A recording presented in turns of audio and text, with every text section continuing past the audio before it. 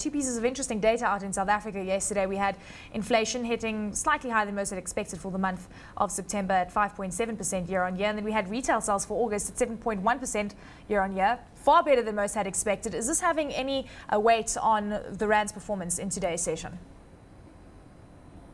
Morning, Eleni. It doesn't seem that the retail sales data, that better than expected data, is having much impact on the Rand. As you mentioned, currently trading just below 8 Rand 10, so already on a weakening trajectory once again this morning. And it really does seem that investors have paid more attention to the fact that inflation accelerated much faster than expected, up 5.7%, and that's against expectations, or our expectations, of an acceleration to 5.6%. And that seems to have dampened expectations of a rate cut next month. And as we've been saying all along, that should expectations rise of a rate cut, this could encourage inflows into the bond and stock markets, and the Rand could actually strengthen as a benefit from that. But in the event it hasn't happened, it now looks like people are no longer as sure of a rate cut, and so those inflows won't materialize, and we're seeing the Rand remaining on the back foot as a consequence. Well, it's quite fascinating because if we do see a rate cut, that actually perhaps deteriorates the yield that we're offering to many investors out there.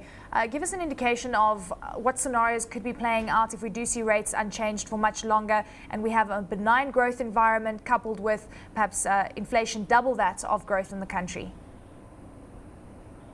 That would certainly be quite a negative outcome, a stagflationary outcome, with inflation starting to accelerate and growth stagnating. And certainly one would expect the Rand to come under some pressure from that event. But at this point, it doesn't look like the yield differential that we offer in South Africa is the main driver of investment in South Africa, or in fact of the Rand's movements. It does seem that developments that are taking place offshore, US, EU, and what's happening to global sentiment and expectations of global growth are the main drivers of the Rand at this point. And Nomvuyo, we had the IMF out with an upbeat look on African growth, but still warning on the global risk scenario. We know that sub-Saharan Africa could experience around 5% growth in 2011. Of course, South Africa, we've seen a downward revision of the growth in the country. Are we just really at the mercy of what we could see coming through from US and Europe? And you were alluding to it a short while ago.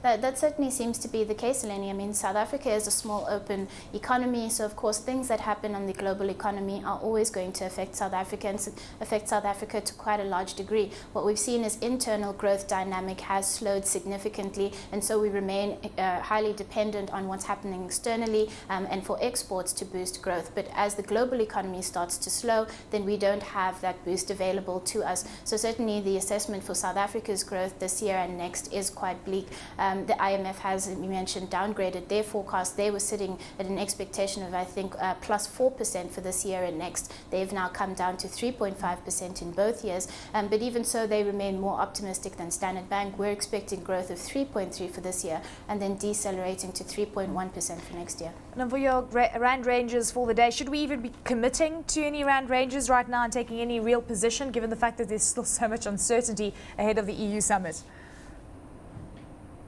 Well, that would certainly be quite a risky exercise for you to try and take quite a firm position at this stage. Of course, currencies, global markets remain highly volatile, everyone waiting to see what's going to come out of the EU. As far as the Rand's concerned, it has continued to weaken today. We would expect the next level we're targeting would be 821 from current levels.